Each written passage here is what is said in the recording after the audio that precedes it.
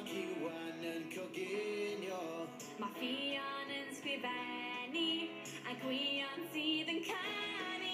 Rydyn ni yn gweithio'n galed iawn trwy'r bore a prynhawn. Mae'n amser chwarae nawr chwarae caneidio bloedio dros y lle yn yr ysgol, dereg gyda fi i weithio a chwarae o naw tan 3 yn yr ysgol, darllen a rifo nawn i nawr. Mae pawb yn y dosbarth yn ffrindiau mawr.